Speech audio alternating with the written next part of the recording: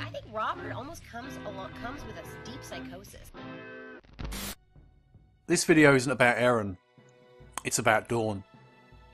I think you want to get out. I think when you see all the problems that Erin causes for you and her, if you've got a better option, perhaps another person in your life, another woman perhaps around the same area, or maybe somewhere a bit further away, you know, in Vegas or maybe not. I don't know exactly where you are in Vegas. I don't keep tabs on you. I'm sure the CIA do. Joking. Basically, if you got the opportunity to move, if you managed to get the money behind you to move to another location, I think you would.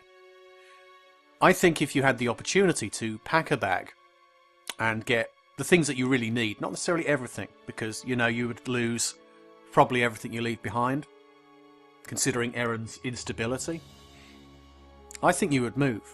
If you had a better option, say a woman that isn't emotionally distraught, isn't messed up, isn't having hissy fits, panic attacks, isn't acting out continuously, I think you'd move on. And I can understand why you'd have an emotional attachment. You know, you two seem to be birds of a feather in that respect. You're very similar in some ways. In other ways, you're very, very different. I think that's worth noting. I think that you recognise that Erin is Erin. She isn't Eve. That's made up, you know that. Erin isn't dead. Eve isn't a clone of her which conveniently manages to manifest the Mother Goddess, the Mother Earth.